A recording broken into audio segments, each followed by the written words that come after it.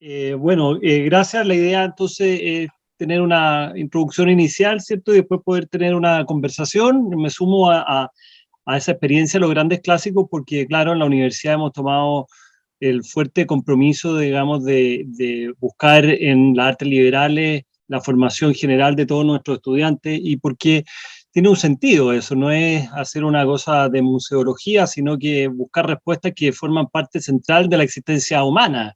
Entonces, el primer libro que leen nuestros estudiantes es La República de Platón, y Platón se pregunta por qué se degrada la democracia.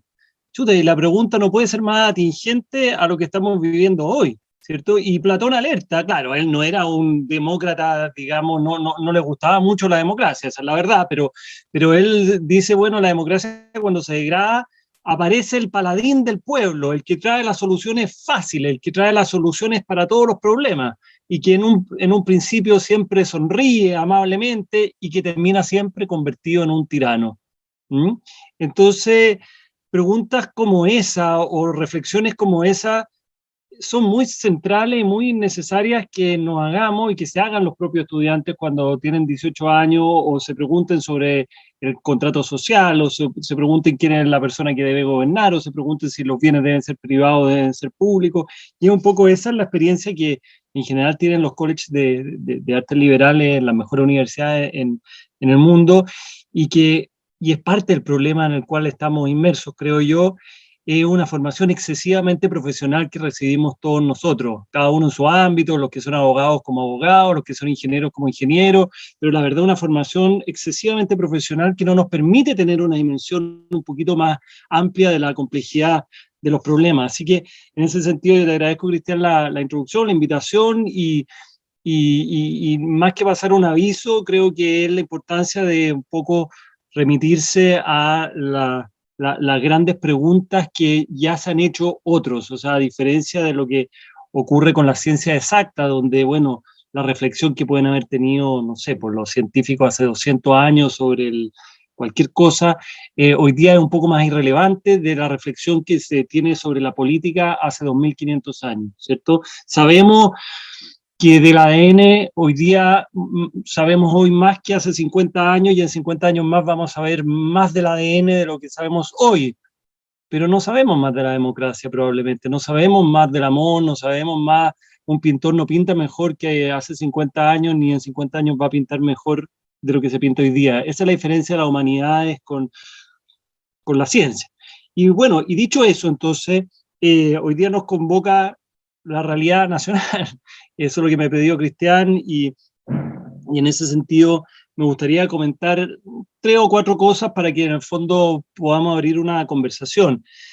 Lo primero que me gustaría comentar es que nosotros, no sé bien las generaciones que están acá, pero por lo menos la generación que tiene en torno a entre 40 y 50, es una generación invernadero que le llamo yo. ¿Ah? Vivimos en un invernadero, vivimos en un mundo que no es real. Eh, Vivimos durante 30 años en un Chile que no hubo ninguna manifestación prácticamente, fueron escasísimas las manifestaciones. Vivimos en un Chile donde la oposición buscaba los acuerdos, la democracia de los acuerdos, buscamos un Chile en el cual las políticas públicas surgían de los centros de estudio de los distintos lados y por lo tanto el Congreso prácticamente iba a ratificar, digamos, lo que ya se había discutido técnicamente en el Centro de Estudios Públicos, en Libertad de Desarrollo con Chile 21, con CIEPLAN. Vivimos ese Chile entre los 90 y el 2020, ¿cierto? 2015, podemos buscar la fecha de término, pero ese no es el Chile real. Nunca Chile fue así, probablemente nunca Chile va a ser así y no es la realidad del mundo. Lo que quiero decir es que vivimos un paréntesis. Y esto es importante porque finalmente somos una generación, la generación por lo menos, como les digo, en torno a los 40, que vivió en un Chile que no era la realidad, digamos. ¿Mm? En un país en el que se buscaba racionalmente la discusión, donde había muy poca polarización, donde, etcétera, por diversas razones. Eso se acabó. Y eso yo creo que es importante hacerse un poco el ánimo, que hemos salido del invernadero y que por lo tanto hemos llegado a una realidad que no va a ser nunca la realidad que vivimos. Por lo tanto, no podemos vivir del espejo del retrovisor, donde todo era tranquilo, donde todo era racionalidad, porque eso ya no va a ser así, porque nunca fue así. Han habido periodos donde ha sido más convulso, menos convulso, pero probablemente esos 25 años, digamos, fueron una excepción. Y antes de comentar un poco de lo que pasó recientemente y tratar de hacer una proyección, me gustaría como hacer una pequeña reflexión en torno a por qué llegamos o cómo llegamos al estallido social. Porque esos 25 años de los que yo estaba comentando, ¿cierto? Entre el 90 y el 2015, o podemos partir un poco antes y terminar un poco después, estuvieron marcados por mejoras indudables en todos los índices que miremos, incluso en desigualdad, ¿cierto? El coeficiente Gini mejora su distribución desde el 90 al 2020. O sea, cualquier índice que nosotros queramos medir, alfabetización, acceso al agua potable, número de estaciones de metro, PIB per cápita, todos los índices mejoran sustancialmente y mejoran en comparación con los vecinos. Y por lo tanto, la pregunta que uno tiene que hacerse, bueno, ¿y qué pasó? Porque el estallido social no es el fruto, digamos, de la prensa que es de izquierda sumado a los venezolanos mandados por Maduro, ¿cierto? Porque uno podría hacer un análisis muy simplista, pero sabemos que eso no parece ser así, ¿cierto? Sabemos que hay una tensión social que estamos viendo en distintas partes, y esa tensión social se está marcada por distintos aspectos. Y yo creo que hay un efecto central que, así como nosotros vivimos una generación invernadero de paz y tranquilidad, también hay una cosa generacional que cambió en Chile. La generación de la gente que salió de la pobreza, de ese casi 50% de pobreza que teníamos a finales de los años 80, es una generación que dio un salto, es una generación, estoy hablando de una generación en torno a los 60 años, ¿cierto? 50, 60 años, que abandonó la pobreza y que en muchos casos accedió a la clase media, digamos, y abandonó las condiciones de vulnerabilidad. Esa generación eh, vivió y experimentó un cambio, pero sus hijos, que son artífices centrales, digamos, de la insatisfacción que puede haber ocurrido en Chile, sus hijos nacieron donde nacieron, simplemente, y están en la misma situación de donde nacieron. Entonces, es distinto la persona de 60 años que vivía en el río, en el Sajón de la Guada, y que hoy día vive en una población en Puente Alto, que hizo un salto importante en su vida, que probablemente accedió por primera vez a un auto, donde sus hijos fueron a la universidad. Es un cambio de su generación que la experimentó, que sus hijos, que tienen 30 años, que nacieron en esa casa en Puente Alto, que nunca vivieron en el río, que nacieron con el auto que había en la casa, etcétera, etcétera, etcétera. Entonces hay un cambio generacional central que explica parte de lo que estamos viviendo o lo que hemos vivido. Por lo tanto, ese factor yo le asigno un elemento importante. Pero claro, las cosas no son unicausales, son multicausales, y en ese sentido, entonces, por cierto que el bajo crecimiento también influye, por cierto que la segregación influye, y en eso el rol de las redes sociales también tiene un rol importante en eso. Si uno lee los discursos de Maquiavelo, se da cuenta cómo Maquiavelo dice tres cosas que son importantes. Primero, que la policía debe tener, como quien dice, una actuación férrea. Bueno, la policía ya no puede tener una actuación férrea. Lo segundo es que se debe tener una especial dedicación de la autoridad para eliminar las noticias falsas, las calumnias que le llama él. Bueno, las redes sociales son una fuente de calumnia. Y en tercer lugar, bueno, está un poco más alejado, pero propicia la religión, un poco la manipulación de la religión por parte de la autoridad para que en el fondo las sociedades estén más tranquilas. Sabemos que la religión hoy día ha cobrado un rol muy secundario en la sociedad. Y por lo tanto, si nosotros nos damos cuenta que hay una gran cantidad de factores que están afectando, entonces nos damos cuenta que hay razones que son más profundas. Por una parte, todos los índices nos dicen que estamos mejorando, por otra parte hay una sensación de insatisfacción que está dada fundamentalmente por las generaciones más jóvenes. Y hay un último elemento, podríamos nombrar más, por cierto, pero que me parece que es importante, y lo digo porque hubo un error de diagnóstico. Yo fui formado como ingeniero comercial en la Universidad Católica, ¿cierto? Y yo creo que los Chicago Boys, más allá de su contribución, que creo que fue muy relevante, pero al mismo tiempo tuvieron un gran error de diagnóstico en cuanto a pensar de que una vez superado el problema de la pobreza, se superaba el problema social, digamos. ¿Ah? Y por lo tanto que la desigualdad no es un problema. ¿Ah? Eso, así se diagnosticó esto. En el fondo, en la medida que cada uno cumpla y satisfaga medianamente, razonablemente su condición de vida, entonces la desigualdad no es un problema. Y yo creo que eso es un error profundo, error que si nos remontamos a Adam Smith, nos damos cuenta que Adam Smith se da cuenta que sí, es un problema, ¿ya? Y que va más allá de la satisfacción de las necesidades básicas, sino que hay un tema simplemente de desigualdades relativas, ¿ya? No absolutas. En ese sentido, entonces, me parece que aquí hay un efecto que es relevante también para llegar a ello. Por lo tanto,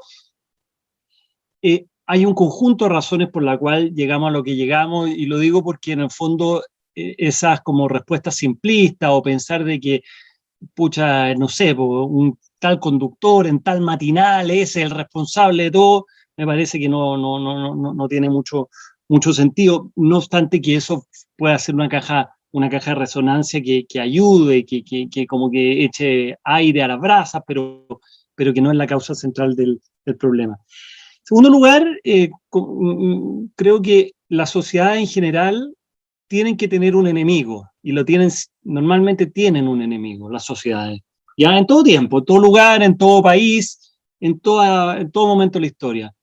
Y el enemigo normalmente es el Estado, o el enemigo normalmente son los políticos de turno, la corrupción, el príncipe en la antigüedad, es el rey, es el dictador, alguien es el culpable de nuestros males, ¿cierto? Alguien nos impide lograr lo que queremos lograr como sociedad. Bueno, ese mal que generalmente está dado en un ente externo que está más cercano a algo más etéreo, en Chile existe una especie de triada de quién es el responsable, o se ha ido generando una especie de triada de quién es el responsable, que es como la Santísima Trinidad, digamos, es uno, pero son tres, digamos, ¿ah? Es una cosa muy rara, porque es la Constitución, es el modelo neoliberal y es la élite o los privados. Son tres, pero son uno, digamos. Y ese factor me parece que tiene un elemento bien central, porque el enemigo entonces ya no son los políticos de turno, no es la corrupción, sino que es este conjunto de factores que está, como quien dice, representado por los privados, por la élite, que es el responsable de la situación actual. Y por lo tanto, ahí nos encontramos con un tema que es bien central, porque nuevamente, si los indicadores nos muestran una cosa y lo que nos sentimos es otra cosa, de la misma forma nos damos cuenta como una sociedad como la chilena, que le ha entregado muchas soluciones muchas soluciones públicas a los privados, y nos damos cuenta que si comparamos con cosas que sean, con unas comparaciones que sean neutrales, digamos, esas soluciones privadas son o han sido en general mejor que las públicas. O sea, incluso en un sistema previsional, todos los años una consultora inglesa, me parece, Mercer, nos ponía a la cabeza, digamos, del ranking latinoamericano de pensiones. Pero ¿cómo puede ser posible eso? Bueno, pero ahí está claro que hay un responsable con nombre y apellido, es decir, mi pensión es baja, pero si un ecuatoriano considera que su pensión es baja, es culpa del Estado, de los políticos de turno, de la corrupción, etcétera. Si un chileno tiene pensiones bajas, que las tiene, por cierto, como también la tiene en Ecuador, el culpable tiene nombre y apellido. Es un privado, tiene domicilio y hay un lucro de por medio. Entonces, El segundo punto que quería remarcar es que las sociedades que tienen que tener un enemigo, que normalmente la tienen, bueno, el enemigo tiene nombre y apellido, y pese a que ese a que muchas de las cosas las haya resuelto de mejor forma, de todas maneras es un enemigo a quien poder culpar. Bueno, y el tercer punto, un poco, que lo que me ha pedido Cristian pues, en estos 20 minutos, es un poco ya entrar un poco en materia de lo que pasó ayer. Eh, Me parece que la elección de ayer fue simbólica. ¿En qué sentido? La concertación, la exconcertación, tuvo un acto eutanásico, digamos, o de suicidio, que pocas veces se ha visto en la historia del mundo, en cuanto a sumarse rápidamente a la destrucción de su propio domicilio político y no salir a defenderse. Esto no se ha dado normalmente, digamos. O sea, si uno compara la situación que vivió, qué sé yo, el PSOE en España cuando fue puesto en duda, o lo que ha ocurrido en Francia, etcétera. Bueno, hay una defensa férrea al legado, no obstante que muchas veces las sociedades tienden a abandonar o no a creer esa defensa. Pero lo que ha ocurrido acá es que en el fondo hubo un gran, no sé, pues maltrato, automaltrato a su propio domicilio político. Y lo que vimos ayer por primera vez es una, como quien dice, eh, revitalización, que no sabemos si esto va a ser duradero o simplemente el rebote del gato muerto, como se dice en economía, respecto a la antigua concertación. Por una parte es paradójico, y me estoy refiriendo a la elección de Santiago, es paradójica que una candidata de extrema izquierda, muy mala candidata, con grandes errores, pero grotescos, digamos, durante la campaña, durante los debates, haya sacado casi el 50% de los votos. Algo está diciendo eso, sin lugar a dudas. Pero el hecho de que el triunfo finalmente haya sido para alguien que es un exponente total, completo de lo que fue finalmente la antigua concertación y que al mismo tiempo la reivindique al momento de ganar, bueno, eso puede ser un efecto simbólico que dé cuenta de un pequeño cambio de giro de la política chilena en cuanto a, bueno, ese va a ser el eje o el eje va a ser toda la oposición unida, la gran oposición como algunos buscaban llamar. El otro elemento importante de ayer es que la derecha eh, se desfonda porque finalmente se queda sin relato. Y yo siempre he discutido muchas veces sobre el relato de la derecha, aquellos que creían, eh, a ver, no, voy a decirlo de otra forma, eh, siempre he sido escéptico a aquellos que buscan en la derecha crear un relato recurriendo a Mario Góngora y empezar a buscar cosas artificiosas, digamos, para darle ese relato a la derecha, porque me parece que en general la derecha tiene un relato per se, que es el lema de la bandera brasilera, orden y progreso. Eso es lo que busca la gente en la derecha. Y lo que ha ocurrido es que este gobierno no ha dado orden, fundamentalmente, no ha sido capaz de ordenar, todo lo contrario, ha sido un desorden. Y el progreso, bueno, ha estado bastante puesto en duda, que fue la razón por la cual fue elegido. Por lo tanto, se queda sin esas armas la derecha y queda un poco fuera de juego, me da la impresión, para los años que vienen. Y en ese sentido, claro, el único factor aglutinador que mueve a la derecha y que la movió ayer claramente es el susto. Eso es un factor movilizador, pero no un factor suficiente, es un factor que la permite movilizarse en pro de algo, pero no en pro de sus propias banderas. Y en ese sentido, entonces, como para ir concluyendo un poco esta primera pasada, claro, recordar a Mark Twain que decía que la historia no se repite, pero rima, a propósito también de lo que hablábamos de la República de Platón, etc. Y la pregunta que uno tiene que hacerse es, con la derecha desfondada, bueno, si el escenario que vamos a experimentar en la próxima elección presidencial puede asemejarse al año 64, ¿sí? O puede asemejarse al año 70. Esas son las preguntas que en el fondo uno puede hacerse. ¿Y por qué digo que no es lo mismo? Porque, bueno, los que son mayores acá conocen mejor que yo la historia, pero el año 64 la derecha abandona su propio candidato para evitar que salga Salvador Allende, con un candidato que era Eduardo Frei, que marcaba una diferencia clara con lo que era Allende, ¿cierto? Era la revolución en libertad y estaba muy marcado la libertad versus, digamos, lo que representaba el mundo marxista. Y la derecha se volcó de lleno, plenamente. El año 70, bueno, Radomiro Tomic peleaba con Allende por quién era más de izquierda, digamos, y por lo tanto ese fue un escenario distinto. Y la pregunta entonces que uno tiene que hacerse es si Yanna Proboste, que es ya una candidata de facto, ¿cierto? Si Yanna Proboste va a jugar un rol parecido al de Eduardo Frei o va a jugar un rol parecido al de Radomiro Tomic. En ese sentido, la pregunta que uno tiene que hacerse es, bueno, ¿han vuelto los 3/3? Bueno, parece que sí, pero más desordenadamente, porque probablemente van a haber más candidaturas de otras partes, ¿cierto? Van a haber más candidaturas y en el fondo van a coexistir dos ejes que son paralelos. Por una parte, los 3/3 en un mundo, como quien dice, antiguo, digamos, de los partidos, un comunista, un demócrata cristiano, uno de la UDI, o bueno, o quien sea de Chile Vamos, es como la política de los 90, ¿cierto?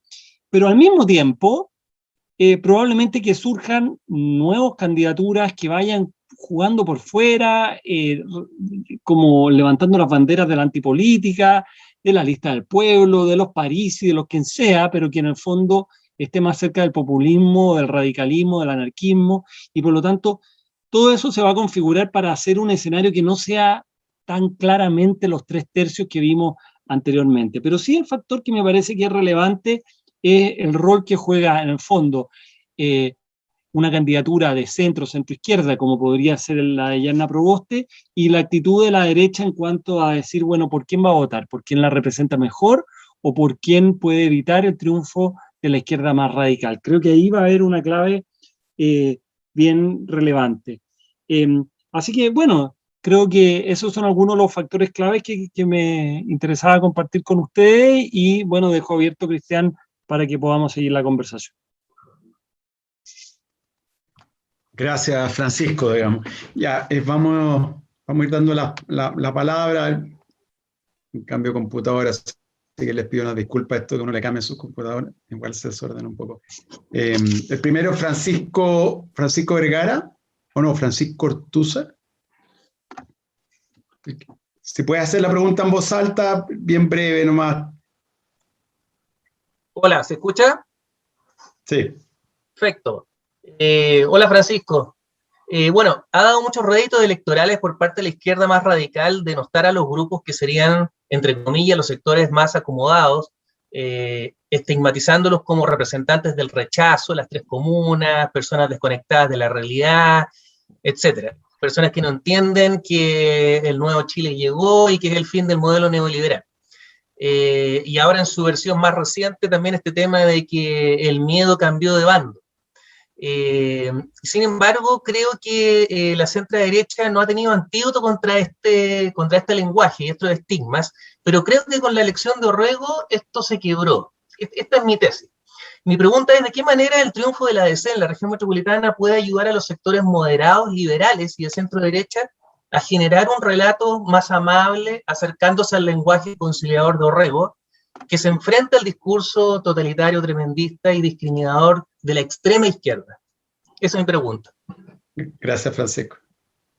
Bueno, a mí me parece, gracias por la pregunta, a mí me parece que efectivamente una de las cosas que pasaron la cuenta a nivel nacional es la tremenda segregación en Chile, digamos. Eso es una realidad, eso no es inventado, no es un lema. O sea, cuando se decía Santiago es Chile, sí, Santiago es Chile, pero las tres comunas, la verdad, es Santiago. O sea, las tres comunas es Chile, ¿cierto? Eso es una realidad, en todos, o sea, en muchos sentidos. Y es verdad que ha habido una evolución, pero ¿dónde se encuentran los principales ejecutivos del país? ¿Dónde se encuentran los principales abogados, los estudios de abogados? ¿Dónde? En fin, hay, como una vez dijo un inglés que vino a Chile, dijo, this is not a country, this is a country club.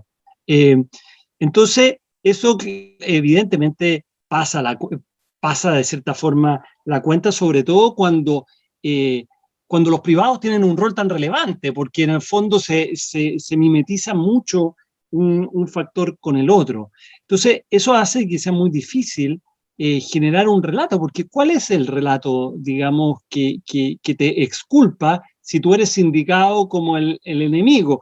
Claro, probablemente no eres el culpable de los males de la sociedad en su gran mayoría de los casos, ¿cierto? Al revés, probablemente tú has contribuido al beneficio de la sociedad, pero las percepciones no son lo mismo que las realidades en muchos casos. Entonces, ahí se genera una dicotomía muy, muy relevante.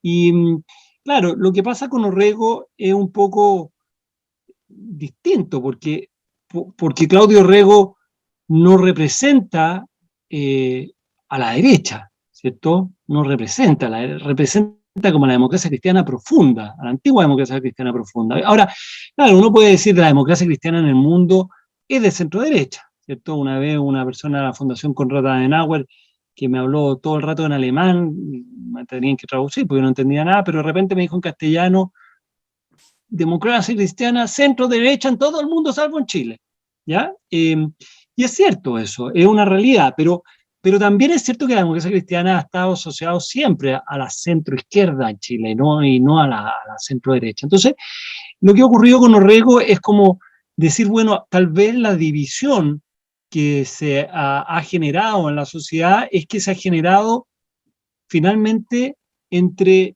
esa división entre la izquierda más dura y la libertad. Ya no sé si vieron ayer el discurso de la Carmen Frey, pero estuvo Carmen Frey, que es una histórica, digamos, de la democracia cristiana, ¿cierto? Nadie podría decir que se le ocurrió, digamos, ahí lo que dijo. Yo creo que estaba más o menos estudiado, no tiene gran facilidad de palabra tampoco, pero en el fondo que dijo 4 o 5 veces entre los que creemos en la libertad y no en los modelos totalitarios, no en los populismos, no en las cosas fracasadas, no en la... Entonces, da la impresión de que se puede estar generando una división distinta, digamos, más binaria, en cuanto a, de cierta forma, lo que representó la elección en Madrid o la elección en Perú, comunismo o libertad, ¿ah? En cuyo caso la derecha entrega un poco sus banderas en pro de salvar los muebles, como quien dice, y poder, digamos, decir, bueno, yo me voy con Orrego, no sé cuánto representa Orrego, pero es que hoy día las discusiones ya no estamos en la sintonía fina, ya no estamos en la sintonía de cuán liberal o cuán poco liberal soy, sino que aquí ya estamos jugando un partido que es más profundo sobre quienes tienen convicciones democráticas y quienes no las tienen, y eso genera distintas formas de agruparse, y por lo tanto puede ser que estemos de cara a una nueva forma de agruparse, pero de facto, pero no, porque no veo posible ni en el corto ni en el mediano plazo una asociación, digamos, de hecho entre sectores, digamos, demócrata cristiano y la UDI y el PPD, eso no lo veo posible. Gracias, Francisco. Juan Nieto. Hola, buenas noches. Mira, Francisco, tú explicaste que el problema que de alguna manera los 3 factores que explicaban la crisis actual, la constitución, el modelo liberal y la élite, se suma el manejo de la pandemia por el gobierno, que aparece posterior a la crisis del 18 de octubre. ¿Es el enemigo a quien echarle la culpa? Porque ahí tenemos dos situaciones. Piñera ha puesto énfasis en manejo de la pandemia y la vacunación como para tener un caballito de batalla y salvar la gestión de este gobierno, pero por otro lado toda la izquierda y toda la oposición está precisamente incorporando ese cuarto factor y echándole la culpa directamente al gobierno, a la administración actual. ¿Cuál sería tu percepción al respecto? Yo creo que la pandemia fue una gran oportunidad caída del cielo para Piñera para poder, como quien dice, a ver, no sé cuál es la palabra exacta, pero que le habría permitido salir jugando si hubiera tenido, claro, es más fácil decirlo mirando hacia atrás, pero que le hubiera permitido salir jugando en un momento de una crisis política tan grande, ¿cierto? Para lo cual se requería habilidad política que no la tiene. Yo creo que hoy día sumando, restando, con polémicas para allá y para acá, no creo que hoy día la pandemia sea un factor tan decisivo en cuanto a la baja de popularidad del gobierno. Yo creo que, porque basta mirar un poco que desde el 18 de octubre, más o menos, sigue por allá abajo. Pero sí tuvo la oportunidad, digamos, de cosechar sin haber cosechado nada, porque el éxito de la campaña de vacunación no lo cosechó, y la gran cantidad de recursos que hoy día están en la calle, este mes creo que son 3.000 millones de dólares, es a nivel comparable con cualquier país, es muchísimo. Sin embargo, no le da ningún rédito porque ha salido todo como a tirabuzón, todo como contrariado, y por lo tanto no fue capaz, digamos, de aprovechar esa oportunidad.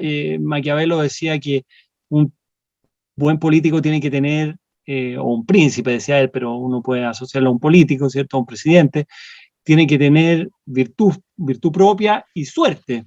Y claro, la pandemia, para este efecto, digamos, de su daño en el cual estaba inserto, fue un factor de suerte que le permitía, digamos, jugar otro juego y cambiar la agenda, pero no la pudo aprovechar. Y por lo tanto, me parece que yo creo que Piñera va a salir exculpado, digamos, como un o como un mal manejador de la pandemia, no sé si como el mejor, pero va a estar ahí. Y sin embargo, el efecto político de haber, como quien dice, disociado su coalición de gobierno, de haber hecho imposible la gobernabilidad, etcétera, eso va a quedar por mucho tiempo más. Gracias, Francisco. Rodrigo Silva, aunque ya la respondiste un poco, pero Rodrigo seguro puede profundizar más. Sí, sí. Mi pregunta era por el tema de la vuelta a los 3/3, pero me gustaría, Francisco, si puedes profundizar en la génesis de estos 3/3, en el sentido de que lo que pasó con el Partido Socialista, que no fue aceptada en la primaria amplia, que vuelve como un poco obligado a la democracia cristiana, que ya en la elección pasada Carolina Goich había ido sola, pero no daba para 3/3, sacaba un 6% u 8% que no le daba para ser un factor de peso. Pero esta movida estratégica entre el Frente Amplio y el Partido Comunista, primero de vetar a la democracia cristiana y después de vetar a los liberales y al PPD, ¿cómo lees tú eso y cómo eso influye en este renacimiento, entre comillas, de la concertación, aparentemente con 10 gobernadores? No es menor, digamos, como fuerza, aunque sea apoyado en segunda vuelta por la derecha, porque los sistemas mayoritarios un poco son eso, digamos, en el sentido de que, como la elección de alcalde, con un poco de viento en popa tú puedes llevarte un premio bastante grande y mantenerte como bloque político. Entonces, tú lo analizaste en general comparado con los 70, pero la concertación que parecía muerta y con lápida y con algunos desde adentro, como los socialistas queriendo irse más a la izquierda, esa es la beta, si nos puede comentar un poco tu opinión. Yo creo que hay que remontarse un poco más atrás todavía, porque junto con este periodo en el cual yo decía que vivimos como en el invernadero, esto estuvo asociado por un paraguas que es más amplio, que es cierto, que es el fin de la historia. Nosotros vivimos, ¿cierto?, el fin de la historia, que fue el telón de fondo por la cual se explica parte de lo que ocurrió, ese fin de la historia que propiciaba Fukuyama, donde en el fondo, siguiendo a Hegel, lo que decía era que habíamos llegado a un momento en el cual ya nadie discutía ni la democracia liberal ni la economía de mercado. Cuando eso ocurre, entonces da lo mismo que el presidente sea Tony Blair o Berlusconi, da lo mismo que sea Aznar o Felipe González, da lo mismo que sea Mitterrand o Lagos, da lo mismo que sea Piñera o Frey, porque más o menos gobiernan de la misma forma. Eso es lo que ocurrió en ese periodo. Y sin embargo, la izquierda, ya transcurrido, digamos, este siglo, se da cuenta de que había sido demasiado condescendiente con el mercado, demasiado condescendiente con una serie de factores que no la representaban, y por lo tanto la izquierda hace su autorreflexión en el mundo, estoy hablando, y dice: queremos ser de izquierda de verdad, no esta izquierda tibia, no esta izquierda de mentira. Proceso que poco más tarde hace la derecha en el mundo, y por lo tanto lo que vemos es que la polarización de las sociedades se ha ido incrementando. La derecha más derecha, la izquierda más izquierda, y por lo tanto los centros se han ido vaciando en el mundo. Y eso es parte de lo que ocurrió entonces en Chile. Y al Partido Socialista entonces tuvo un poco esa tentación de poder abrazarse con esa izquierda que realmente era más de izquierda, y claro, en una jugada muy torpe de último momento, que salió muy mal, etcétera, bueno, trata de irse a abrazar con aquello que de verdad creo que, más allá de una cosa estratégica, la sienten más propia. Entonces, bueno, dejan botada ahí en un centro, pero tampoco con mucho entusiasmo a la democracia cristiana. Entonces, yo creo que los factores que vivimos en esta inscripción fallida de la primaria, etcétera, responden a estas cosas que son más profundas. Es la reflexión de las izquierdas y las derechas en cuanto a qué es lo que quieren ser. Y así entonces, como han surgido esa izquierda nuevamente o renovadamente marxista, y han surgido esas derechas renovadamente, digamos, desconfiadas de la democracia. Entonces, han quedado poco espacio para el centro, para las aventuras liberales, etcétera, y la sociedad entonces empieza a dividir en dos. Y claro, ¿dónde se produce esa división?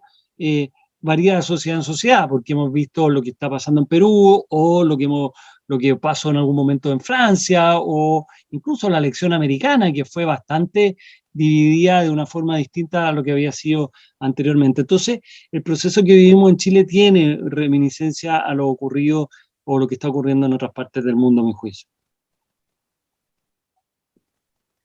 Gracias, Francisco. Rafael García.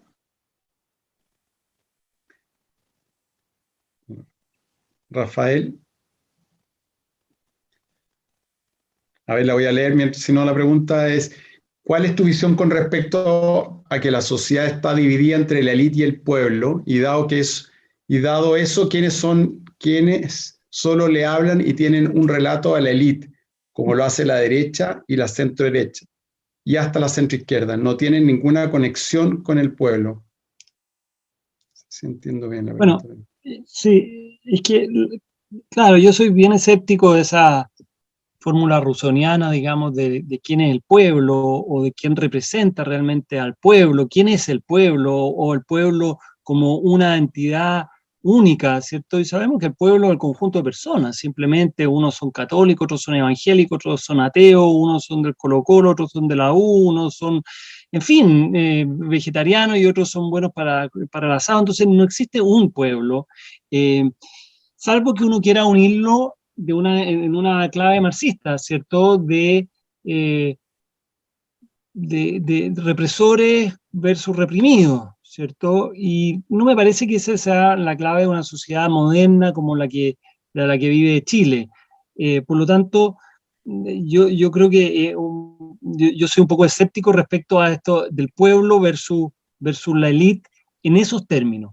Sin embargo, sí creo que los niveles de segregación que existen en el país, de desigualdad, de autoexclusión, etcétera, hacen de que las élites no solo sean chicas, no solamente estén en una parte de una ciudad, sino que al mismo tiempo son muy endogámicas y muy cerradas, y por lo tanto eso hace de que en el fondo ese enemigo que se va generando tenga como quien dice, una coraza sobre la cual atacar más fácil.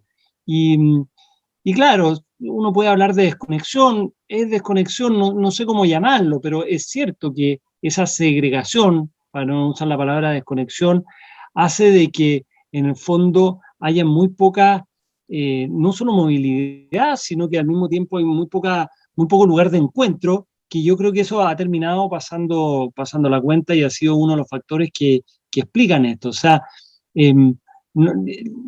como les digo, ya Smith se da cuenta del factor central que significa, digamos, la desigualdad en una sociedad, por razón por la cual él propicia la competencia, porque cree que esa es la fórmula para disminuir esa desigualdad. Pero claro, las redes sociales exacerban el tema, exacerban el problema, porque lo que antes se decía de casa en casa, ahora se expande rápidamente y eso hace entonces de que el, la, la, el factor gregario sea mucho más amplio y sea mucho más complejo de abordar. Gracias, Francisco. Julio Muñoz, no sé si estás ahí, hola, Julio. Hola, sí, disculpen la falta de cámara. Francisco, una consulta. Dentro de tu diagnóstico inicial, mencionaste que uno de los principales impulsores de este estallido social, como dice la prensa, son los jóvenes. También mencionaste que nuestros jóvenes hacen preguntas de quién gobiernan, entre otras cosas. Desde tu punto de vista, ya que vienes del mundo académico, como decano de una facultad, ¿por qué piensas que nuestros jóvenes se sienten disconformes, siendo que ellos presentan una mejor calidad de vida que sus padres y abuelos? Claro, es súper buena pregunta porque en esto la percepción no es igual que la realidad, es el gato o es el león que se mira al espejo y se ve como un gato, digamos, y chuta, es un león pero que se ve como un gato. Yo creo que hay un factor importante, es no haber experimentado el fracaso, digamos, de lo que puede haber significado el rol del Estado fuerte. O, a ver, pongo un ejemplo cualquiera. Para un joven, el que haya un privado que cobre por andar en una carretera y que tenga una utilidad en torno a eso, y yo lo he experimentado en la propia Universidad Adolfo Ibáñez, digamos, es inaceptable. ¿Por qué? Porque está ganando plata con algo que es una cosa que debiera ser pública. Esa persona no vivió la Ruta 5 cuando había doble vía hasta San Fernando, y por lo tanto, claro, nosotros vivimos y vimos cómo digamos, la Ruta 5 se iba haciendo una autopista, vivimos esa modernización y estuvimos dispuestos a pagar por ella. O vivimos, digamos, cuando el río Mapocho era una cloaca, donde estaban las descargas, digamos, de los alcantarillados, y claro, cuando se concesiona agua andina, limpia el río, y por lo tanto le damos un valor a ese privado, aunque sea tácito, aunque no sea, digamos, racional. Pero el que nació con el río Mapocho limpio y ve que hay una empresa privada que lucra y que obtiene una ganancia por esto, entonces se le genera una disconformidad que uno racionalmente puede tratar de explicarle de que es mucho mejor que sea un privado, de que esa utilidad solamente aparece porque está bien manejada la empresa y que si fuera estatal eso no ocurriría, pero ya son disquisiciones como muy racionales, muy técnicas, frente a una cosa que es mucho más de sentimiento, de decir, bueno, alguien está ganando dinero por algo que debiera ser proveído de forma gratuita, digamos, o entre comillas gratuita.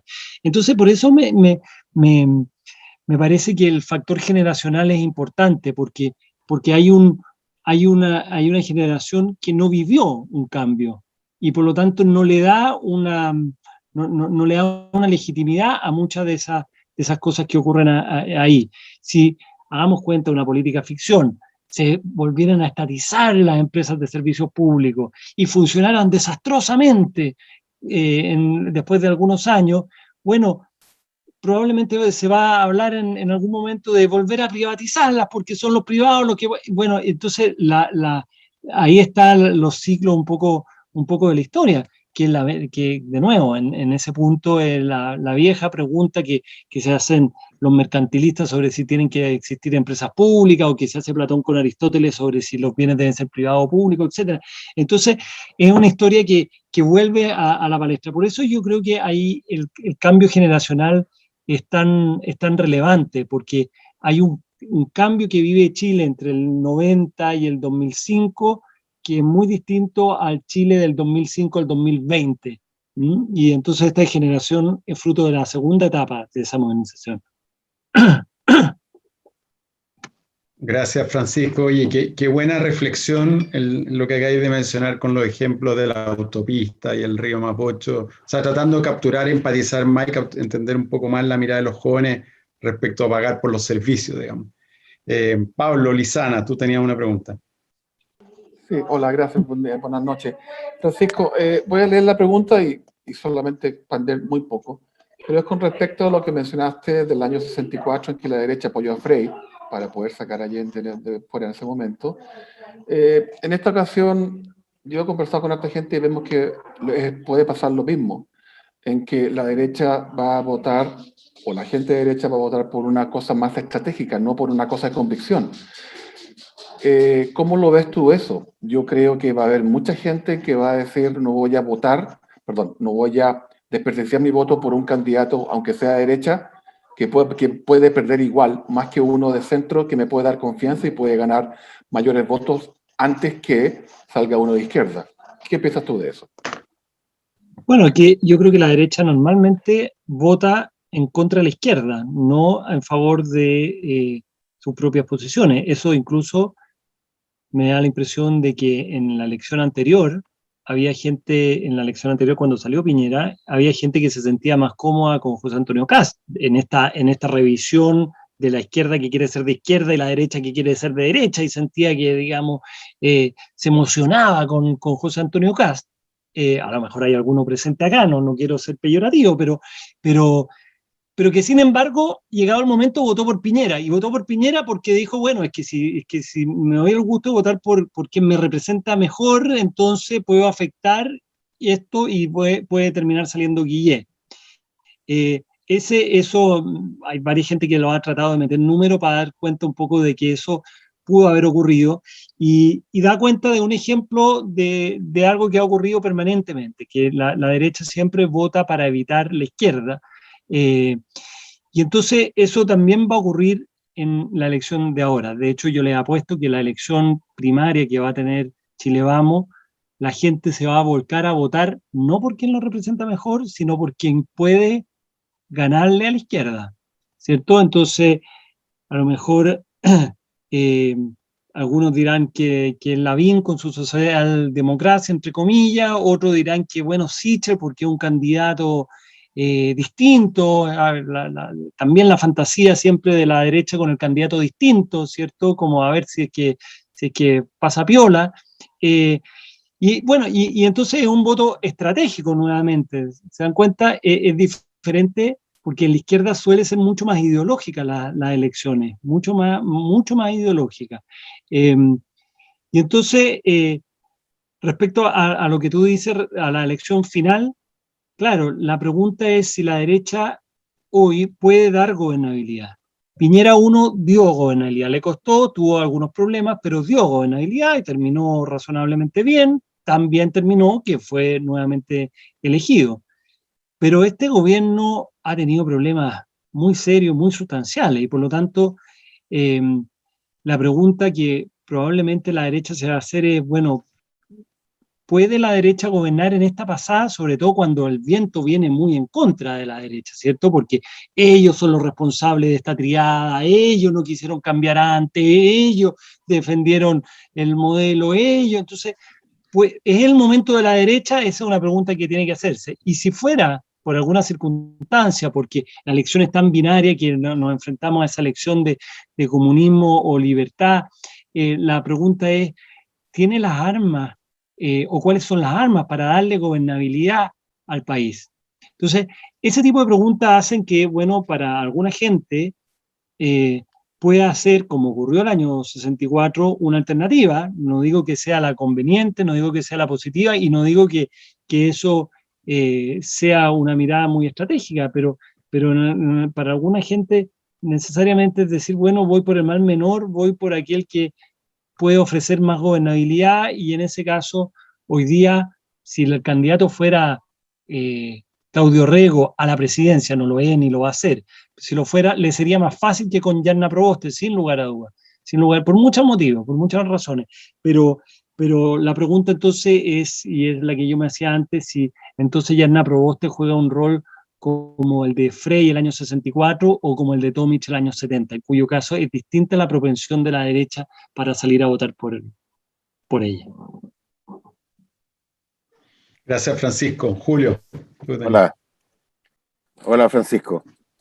Muy bueno tu ejemplo adelante. Solamente diría que el anillo de Américo Vespucio no se debería haber privatizado nunca. Creo que eso fue un error. Pero bueno, mi pregunta es, la derecha que no se moviliza sino que para defenderse de lo que lo asusta, que ha sido un clásico, que tiene ese comportamiento y parece que no lo cambia, a pesar de que vienen nuevas generaciones y qué sé yo.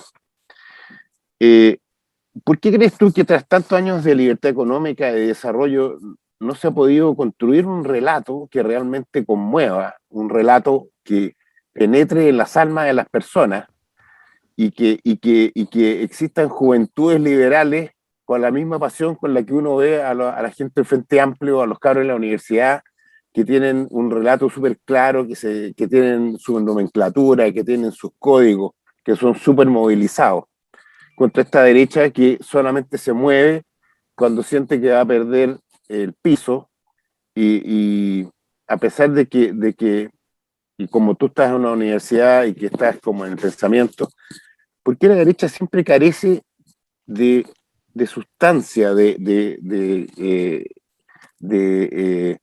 fondo intelectual o ideológico, o un relato realmente que junte un poco las bondades de una visión de la sociedad?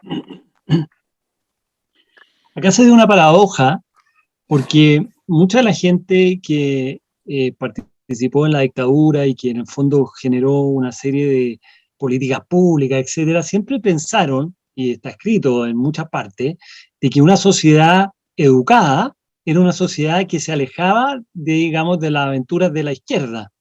Eso está en muchos escritos. ¿Mm? Y claro, si nosotros comparamos el Chile de los 80 con analfabetismo y con un acceso a la educación superior bajísima, y nos damos, y hubiéramos dicho, oye, el año 2020, digamos, 2019, un porcentaje grande de la población va a estar no solamente educada en el colegio, sino que además en la universidad. En ese momento se habría pensado de que estas eran generaciones que estarían en pro, digamos, de las ideas, comillas, liberales o de las ideas, comillas, de derecha. Y sin embargo, lo que ocurrió fue precisamente lo contrario. Y esa es una paradoja. La lista del pueblo, sin ir más lejos, son pura gente profesional. No es gente, digamos, no es el obrero con que fantaseaba Marx, digamos, que no, son personas y en muchos casos incluso educados en universidades privadas. Entonces, ahí hay una primera paradoja. Entonces, no se dio aquello que algunos pensaron que se iba a dar, que una sociedad más educada es una sociedad que se aleja de la aventura de la izquierda. Segundo lugar, yo creo que un factor de cohesión siempre es el enemigo común. La izquierda tiene un enemigo, la derecha no tiene un enemigo, ¿cierto? Hoy día. Y claro, si vemos la elección de Madrid, ahí se levantó un enemigo que era el comunismo. El comunismo siempre ha sido como un enemigo o por antonomasia, o decir, bueno, si no es el enemigo, mis banderas son la libertad, ¿cierto? Frente a aquellos que la abandonan. Pero al mismo tiempo hay un vaciamiento de la derecha, y yendo como precisamente lo que ocurrió, de que en el fondo una privatización, digamos, de muchos de los elementos de la derecha, un abandono de la sociedad, digamos, de los organismos intermedios, como llamaban antiguamente, de las juntas de vecinos, de los centros de alumnos, etcétera, y que por lo tanto han hecho de que como que se retiró, se privatizó, y eso ha dejado también un pie para que en el fondo una sociedad civil que está un poco fracturada, en el fondo se cohesionara en torno a cierta idea. En las universidades no hay candidatura y las que hay son candidaturas que en el fondo están en el otro extremo, que no representan a los jóvenes, ni en la forma, ni cómo se visten, ni cómo hablan, ni cómo nada. Entonces, también hay como una disociación muy grande ahí. Es posible que en el fondo, al polarizarse una sociedad, se vayan generando facciones distintas, como ocurrió en el pasado y probablemente hacia adelante también las vamos a ver. Pero el relato, entonces uno tiene que preguntarse, bueno, ¿cuál es el relato? Y entonces, si el relato es el orden y el progreso, si el relato es la libertad versus el, como quien dice, el totalitarismo, bueno, pero ese relato, ¿cómo se plasma, cómo se lleva a cabo para que en el fondo genere una sensación de estar incorporado en ese relato, porque de otra forma parece ser simplemente un relato utilitario de las tres comunas frente al resto de la sociedad para seguir, comillas, viviendo su privilegio. Entonces, eso evidentemente que no la aglutina. Entonces, yo creo que van a pasar, viene la travesía del desierto nuevamente, la que vivió Alamán ahora va a estar acompañado, digamos, probablemente viene la travesía del desierto para la derecha, pero hay que tener en cuenta que estas cosas no son permanentes, o sea, las cosas cambian rápido. Yo me acuerdo cuando salió Michelle Bachelet II, con la nueva mayoría, haber conversado con mucha gente de derecha, decía, se viene la travesía del desierto, y bueno, la travesía del desierto no duró mucho y al poco tiempo ya estaba Piñera de vuelta. Con esto no quiero decir que en 4 años más va a estar Piñera de vuelta, pero las cosas cambian rápido en política y por lo tanto uno no sabe cuánto pueden durar, pero parte de esa travesía es en la búsqueda, digamos, de un factor que aglutine, que congregue, que dé cuenta de unas banderas que son propias, digamos, sobre las cuales quiere construir. Francisco, Gracias. y en esa misma línea, en el tema de lo que han tratado de hacer desde la universidad, nosotros como Chile Suma, uno de los valores principales que queremos promover es el emprendimiento, y en ese sentido en el relato, en el emprendimiento como una herramienta que te permite que seas dueño de tu propio destino, construir tu propio destino, y que eso podría ser un discurso bastante más transversal, digamos. Entonces te pregunto, tú como, no sé, decano, que fuiste pregrado, tu experiencia universitaria y un poco el esfuerzo que de repente hace la Olfigañe en desarrollar que la gente sea más dueña de su propio destino, construir su propio negocio, su oportunidad, en vez de esperar del Estado con los derechos sociales que te resuelvan los problemas o que te den algunos mínimos. O sea, mi pregunta es, ¿cuánto ha logrado permear ese discurso y si uno lo podría enganchar con lo que te estaba preguntando Julio? Bueno, lo que pasa es que nosotros estamos viviendo en la abundancia, entonces, entre comillas, la abundancia, ¿cierto? Un Estado que tiene recursos. Y como tiene recursos, entonces da la sensación de que no hay una escasez sobre la cual cada uno tenga que construir su propio destino, sino que hay alguien que está, como quien dice, acaparando. Entonces son momentos en los cuales las sociedades están viviendo. Al mismo tiempo, me parece que el discurso del construir su propio destino, etcétera, también tiene que tener un correlato en la realidad. Entonces, eso hace de que hacer Chile una sociedad muy segregada, que es una realidad, ese no es un discurso de la izquierda, no es, digamos, un periodista de un medio, no, es una realidad. O sea, veamos los estudios de abogados, veamos los ejecutivos de las principales empresas, veamos dónde estudiaron. Entonces nos damos cuenta que ya no es que Santiago sea Chile, no es que las 3 comunas sean Santiago, sino que son 5 colegios, son las 3 comunas. Entonces vamos haciendo cada vez más chico el subconjunto, con lo cual no hace creíble, digamos, ese discurso que sí es creíble en Estados Unidos, porque en Estados Unidos sabemos que el tipo que el hijo del barrendero puede llegar a Harvard y de Harvard puede formar su empresa o puede ser el gerente de una empresa, o parece ser plausible, aunque no lo sea tan cierto en los números.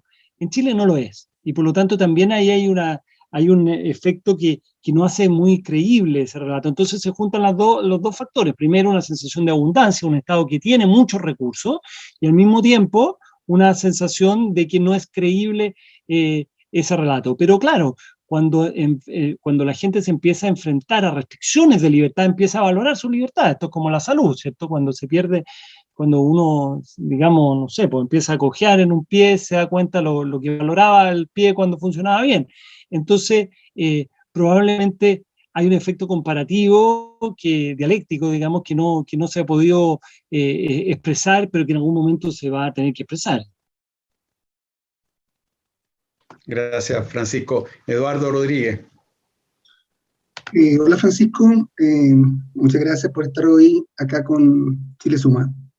Tú le decías recién a Julio, le decía las cosas cambian rápido en política, pero otro problema puede ser que cambien mucho, ¿cierto? Siempre aquí en Latinoamérica, ¿cierto? Se ha hablado del péndulo, ¿cierto?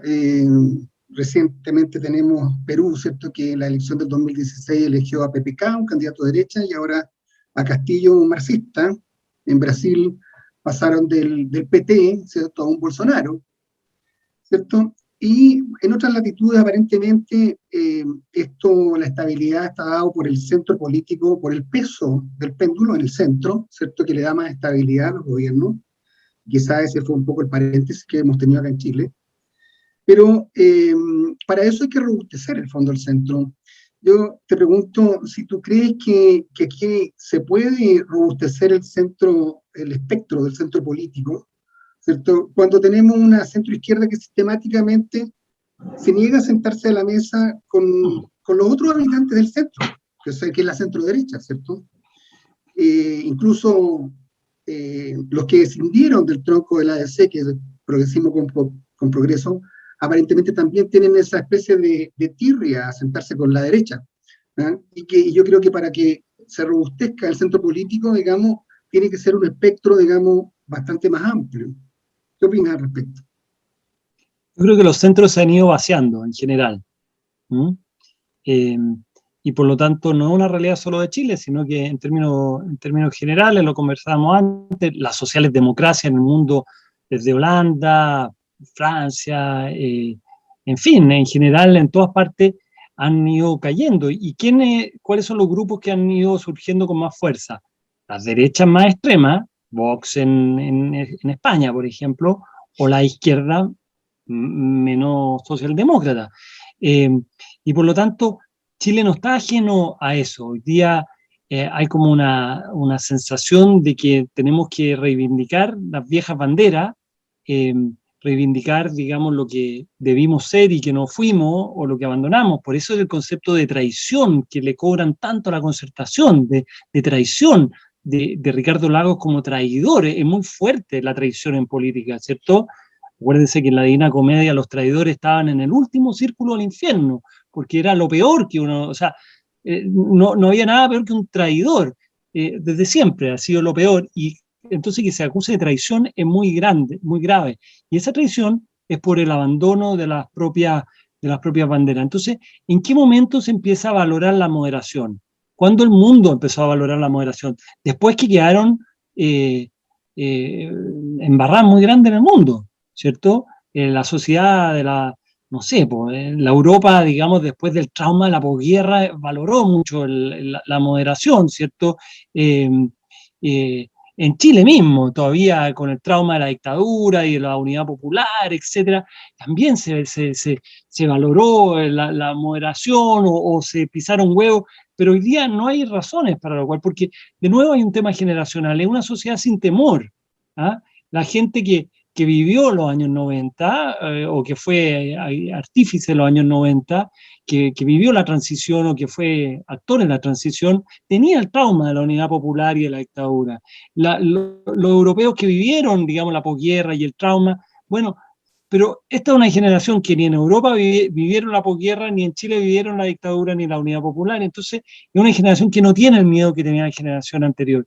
Y al no tener miedo, entonces lo que se hace es extrapolar, digamos, las posiciones, razón por la cual, en el fondo, hay pocas perspectivas para pensar de que el centro va a ser valorizado fuertemente en el próximo tiempo. Más bien parece ser que aquí, en el fondo, la sociedad se va a seguir polarizando. Va a tomar fuerza el péndulo. Así es. Gracias, Eduardo. Claudio Pinza.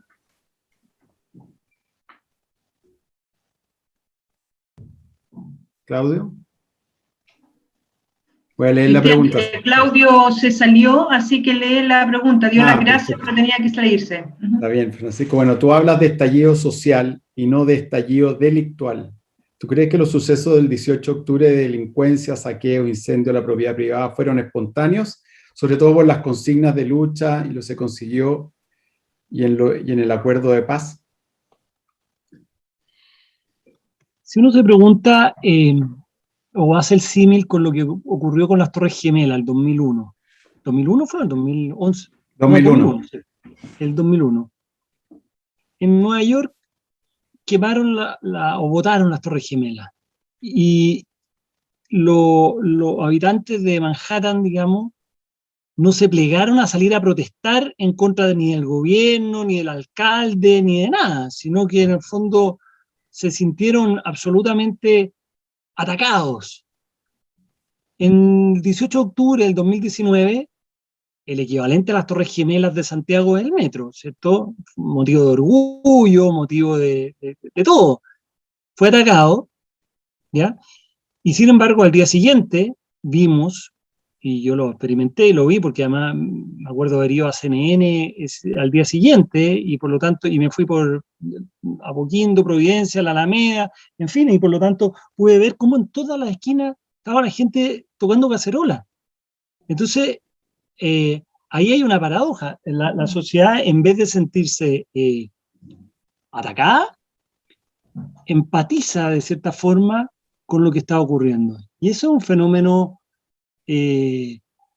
paradójico. Entonces, si esto estuvo coordinado, posiblemente tiene que tener alguna coordinación, además que hay muchas similitudes también con lo que pasó en Ecuador, en Colombia, etcétera. Puede haber existido, pero lo que no puede o lo que no es posible de coordinar es esa respuesta de la gente a ese fenómeno, porque uno en el papel podría haber pensado que lo que hubiera ocurrido es todo lo contrario, la gente tocando cacerola para que agarren luego a quienes están quemando el metro, digamos, ¿cierto? Porque no es posible que... No, pues. Entonces, creo que en ese sentido, más allá de que no hay ningún antecedente hasta ahora que vincule, digamos, a los venezolanos que llegaron, desembarcaron en no sé, pues en Carrizal para hacer esta operación, no hay ningún antecedente, pero creo que más allá de eso, a esta altura es irrelevante, porque lo que ocurrió después es el fenómeno central de lo que ha vivido Chile. Y por lo tanto, claro, sin duda es totalmente delictual y sin duda que lo que en el fondo se debe reivindicar es la condena a la violencia, pero en esos momentos vimos apoyo a la violencia de cerca del 70% de la gente que apoyó a la violencia, y porque la violencia logró cosas, además. Entonces, es muy compleja la situación en la cual finalmente estuvo inmersa Chile. Por lo tanto, me parece que es delictual, por cierto que es delictual. Si estuvo coordinado, probablemente tiene una coordinación, pero me parece que es irrelevante a esta altura. Gracias, Francisco. Patricio Valenzuela. Hola, Francisco. Un gusto tenerte con nosotros en el día de hoy. Y en las preguntas anteriores se ha tocado el tema, volviendo a lo contingente, de la elección de ayer, en particular el caso Santiago, pero hay un elemento paradojal en el resultado de ayer, que es que se percibe una pérdida de confianza en las posibilidades de triunfo del votante centro-derecha. Si yo analizo la primera vuelta en 4 regiones, que son Arica, O'Higgins, Los Ríos y la región de Los Lagos, si es que Chile Vamos hubiera mantenido la misma votación de la primera vuelta, ayer hubiera ganado 4 gobernadores. 4. Y lo que ocurrió es como en un partido de fútbol, que el equipo no se presentó al segundo tiempo. Fue a votar menos gente en la segunda vuelta por los mismos votantes, por el mismo candidato, que en la primera. O sea, ¿por qué yo, me lo he preguntado, si yo votaba por Francisco Covarrubias para algo hoy, en la segunda vuelta no voy a votar por Francisco Covarrubias? Perdí la confianza, es un mal candidato, su propuesta es mala, o un problema cultural mío. Entonces, esa es mi pregunta, ¿a qué crees que se debe ese fenómeno? Porque tenemos el fenómeno Santiago y también vemos el fenómeno en regiones. Yo creo que la gente no votó entusiasmadamente por la elección de gobernadores, era una elección nueva y todo, y votó porque fue a votar por la constituyente principalmente, pero si esta elección hubiera sido solo de gobernadores en la primera vuelta, probablemente los porcentajes no creo que hayan sido tan distintos. Entonces, me parece que había poco entusiasmo y no sé quién fue el que se quedó en la casa. Yo en términos generales, para análisis generales, me cuesta asignar a los que no votan cuál es su votación, porque es muy típico que la gente se quiere adjudicar esos porcentajes de voto de los que no votan, porque representan o el rechazo al sistema o representan los que están muy cómodos con lo que está pasando, y por lo tanto eso, me acuerdo que Francisco Javier Errázuriz el año 90, cuando se presentó, él sacó 15% de los votos, pero como hubo un 10% que no estaba inscrito en los registros electorales, sin duda que representaba más o menos lo mismo que él estaba representando, entonces vamos sumando ese 10% y hubo un 8% de votos nulos que también representan el rechazo. Entonces, esa cosa muy burda, digamos, que lo expreso en lo que dijo Frafra en ese momento, normalmente se trata de hacer, digamos, del que no vota, representa lo que yo quiero que represente, y en términos generales, un número grueso, en general el que no vota, vota más o menos parecido al que vota, en términos gruesos. Sin embargo, lo que está ocurriendo en Chile es distinto porque hay un 70% de gente que no votó. Y la pregunta que uno tiene que hacerse es, ¿qué pasa con ese 70%? Y ahí yo no tengo respuesta. Yo no sé cómo adjudicar. Si fuera menos, yo diría, bueno, más o menos se comporta como los que están votando. Pero al ser tan grande el número, es difícil saberlo. No me atrevo a decir quiénes se presentaron al segundo tiempo, porque tal vez se quedaron más o menos proporcionalmente, pero hay una gran incógnita ahí y una gran duda respecto a quiénes son los que no están yendo a votar. Gracias, Francisco. Ángela. Hola, Francisco. Un gusto. Francisco, tú señalaste que uno de los problemas de la derecha, entre otros, era la falta de relato y otras personas acá también lo han señalado. Ahora, en general, el relato de la derecha se ha sustentado en las ideas liberales. Entonces, mi pregunta, ¿crees tú que las ideas liberales están falleciendo? ¿Y o están reemplazadas por cuáles?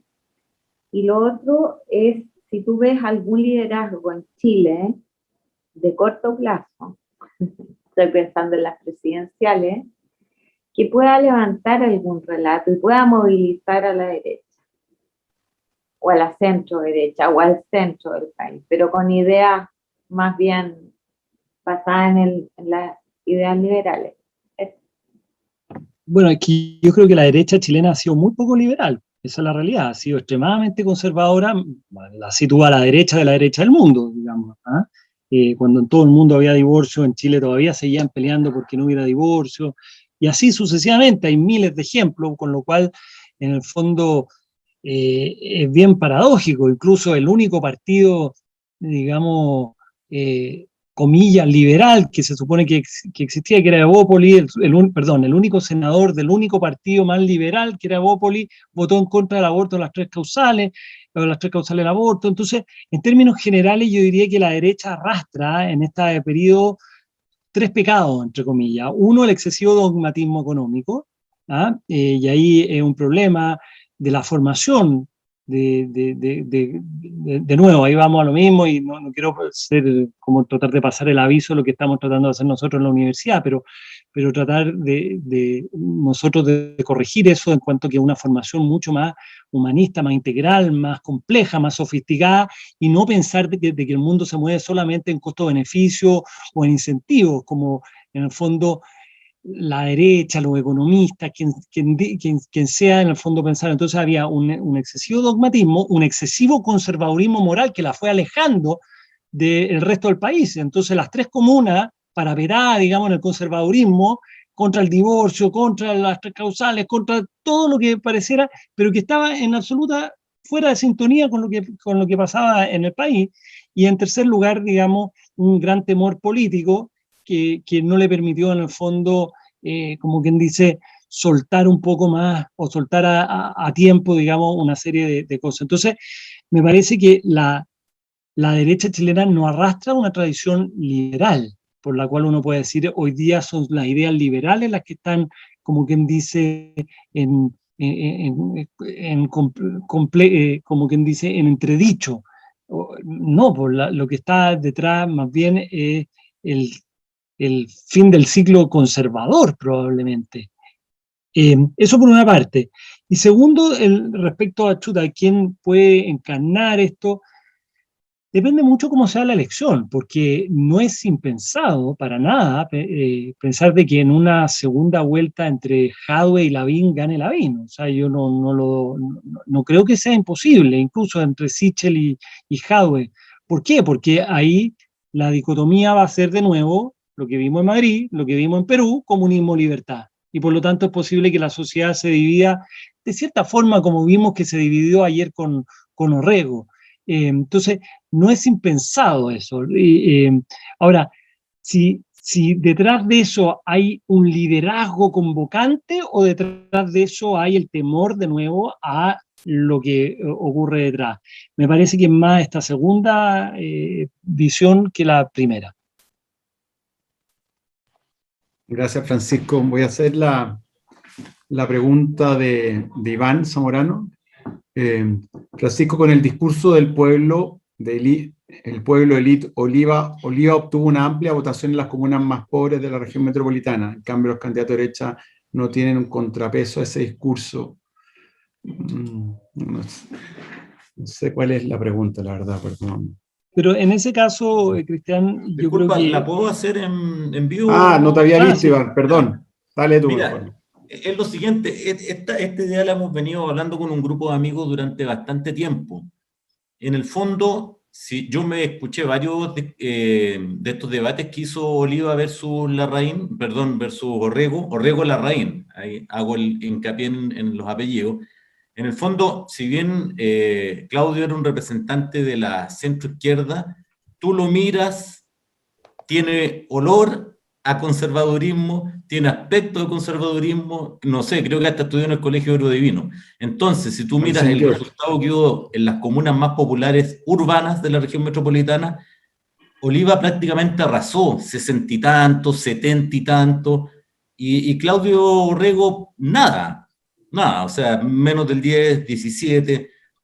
Entonces, y él, en los debates, era muy técnico, decía, mira, en la región metropolitana tenemos que hacer esto, otro, hay que tratar de mejorar, equiparar las áreas urbanas, qué sé yo. Y Oliva lo único que decía en su discurso era, esto está haciendo la élite, nosotros queremos terminar con la élite, hay que terminar con la élite como sea, porque representa el modelo neoliberal. Ese era todo su discurso, no hablaba nada más. Bueno, con toda esa entelequia propia de la gente de izquierda que habla muy bien, pero al final tú escuchabas, era como escuchar a Cantinflas, te decía un montón de cosas y no te decía nada, pero eso más o menos para la gente que entiende, para la gente más básica, la gente más del pueblo, le hace sentido ese tipo de discurso. Entonces, en tu opinión, no quiero que le dé una receta a la gente de derecha de cómo ganar las elecciones, pero ¿qué crees tú ahí? ¿Por qué está fallando la centro derecha o tal vez la derecha en tener un discurso que encante al resto de la ciudadanía versus este discurso de élite versus, incluso creo que lo dijo algo así como que si Orrego no hubieran votado en las comunas del rechazo, Orrego no sale, que también si tú analizas los resultados es falso. Orrego ganó porque otra gente votó por él. Esa es la pregunta. Bueno, primero hay que decir que votó muy poca gente en esas comunas. Hay en algunos casos menos del 20%. Entonces, necesariamente uno tiene que hacerse la pregunta que yo me hacía antes de qué pasa con el resto de la gente. ¿Está en esa misma línea como habríamos pensado en una situación normal? ¿O no es así y sale a votar la gente que está más, como quien dice, politizada, y esa gente más politizada es más de izquierda? Es una primera pregunta que uno tiene que hacerse. Y lo segundo, que llevado a la presidencial, evidentemente la gobernación de Santiago no genera los grados de temor que puede generar la presidencia de la República, la razón por la cual en el fondo ese factor, ese clivaje, digamos, de temor no estuvo presente en una elección como sí estuvo en la elección de de nuevo, en Perú en Keiko Fujimori con Castillo, o si probablemente va a estar con Jadwe, quien sea. Ahí hay un factor. Y el tercero, bueno, es algo que ha estado rondando aquí en varias preguntas respecto a cuál es el factor convocante. En eso me parece que el factor convocante de Claudio Rego es parecido un poco al factor convocante que intenta Lavín hoy día, que es de la unión. Es decir, a una sociedad polarizada, y yo propicio la vieja, como quien dice, la vieja palabra de la unidad, del reencuentro, etcétera, que me da la impresión que para mucha gente todavía tiene un valor. Y en ese sentido no me parece como estrategia que esté completamente errada, pero que es indudable que hay una sociedad, o una parte de la sociedad que no está por ese discurso, que no está por la unión, no está, este es el momento, comillas, de la venganza, este es el momento de que se pasen los temores para el otro lado, este es el momento de que paguen por lo que han hecho.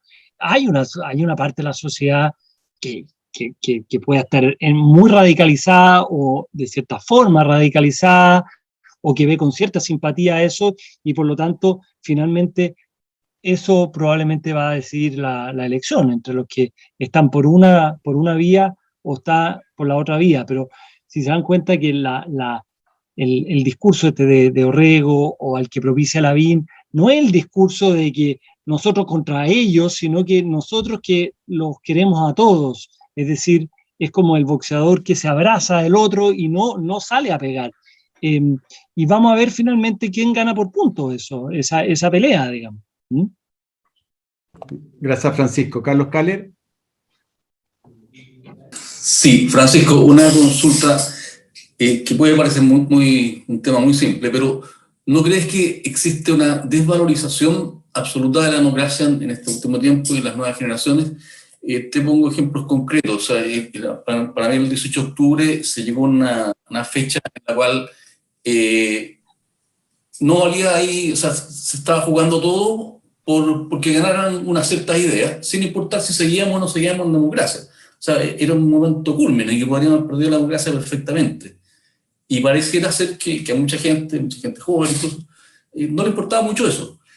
Un presidente recién electo que haya ganado por una amplia mayoría en primera vuelta, segunda vuelta, en fin, es sometido a una acusación constitucional que no se llevó a efecto por 2 o 3 votos, digamos, que después eran diputados que tenían que andar con guardaespaldas porque eran amenazados en todas partes. Un Congreso que ha vivido constantemente frente a amenazas. Un diputado, ¿no es cierto?, que tuvo que cambiar su voto porque lo amenazaron por WhatsApp, no sé, así, en cosas, y que parecen que se normalizaron. O sea, que un parlamentario diga que una estrategia buena es saltarse la Constitución. Normal.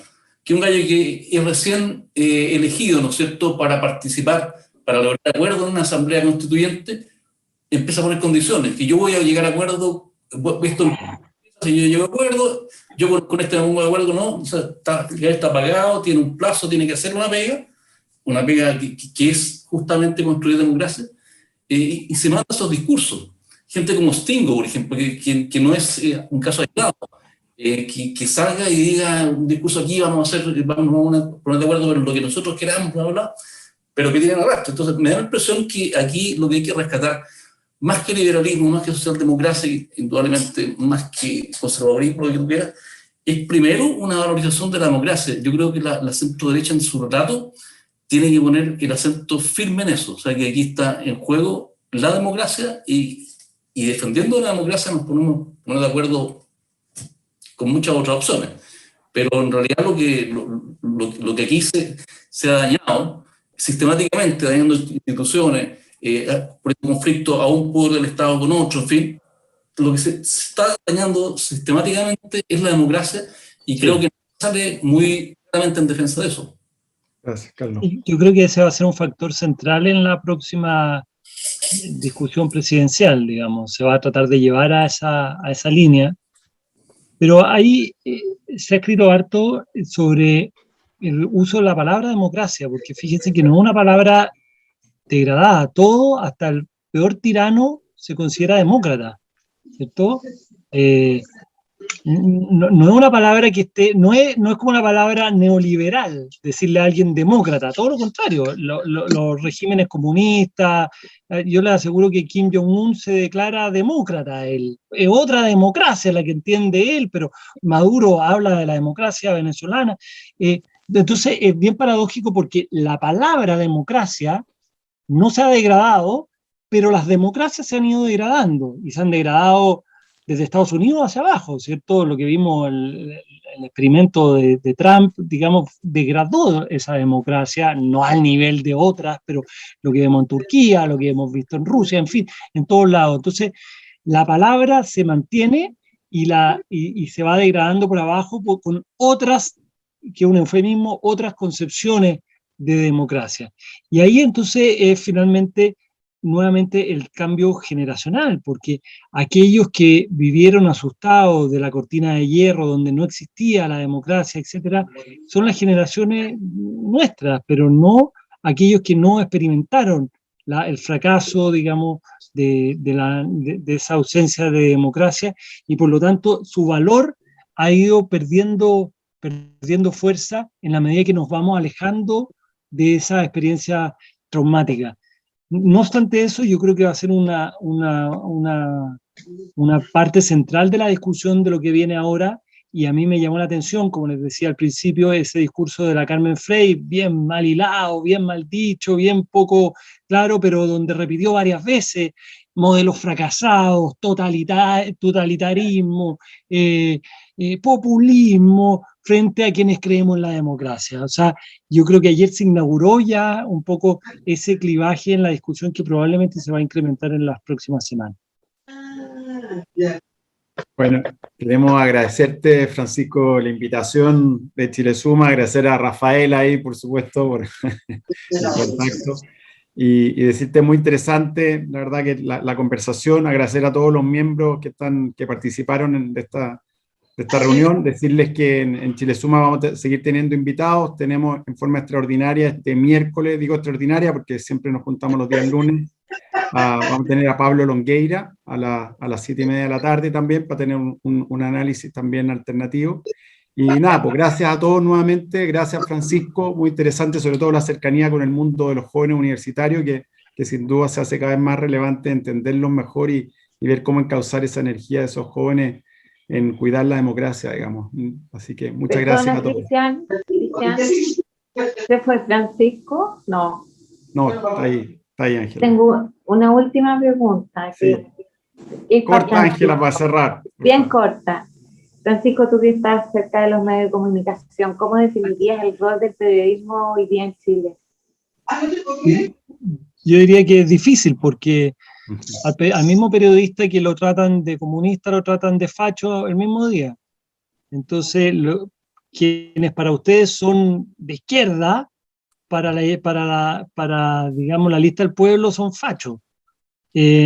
Entonces, no lo están pasando bien, digamos, los periodistas. Esa es una realidad. No creo que sean los culpables de lo que está ocurriendo, para nada. Y creo que el periodismo chileno, si uno lo compara con el periodismo de otros países, es menos militante todavía de lo que ocurre en otras partes. Entonces, yo como que desdramatizaría un poco el factor periodístico. Sí, obviamente los periodistas hoy día, en la era de las redes sociales y del Twitter, etcétera, están muy preocupados de hacia dónde va digamos, hacia dónde soplan los vientos. Eso es más que por convicciones ideológicas, son por cierto oportunismo, cierta, no sé. Entonces, yo creo que son los periodistas más los que siguen la opinión pública, a que la opinión pública siga a los periodistas. No creo que nadie tenga mucho ese poder. Así que yo diría que yo dramatizaría un poco ese efecto, y como les digo, están bastante en el justo medio de la crítica, entre a la misma persona. Conozco muchos que lo han insultado como comunista o como facho casi el mismo día. Les pido a todos si abran el micrófono y les damos, como siempre, la tradición en Chilesuma, un aplauso a Francisco. Muchas gracias, Francisco. Gracias, chao. Gracias, Francisco. Chao. Muchas gracias, Francisco. Adiós, Francisco Gracias, José. Francisco. Chao.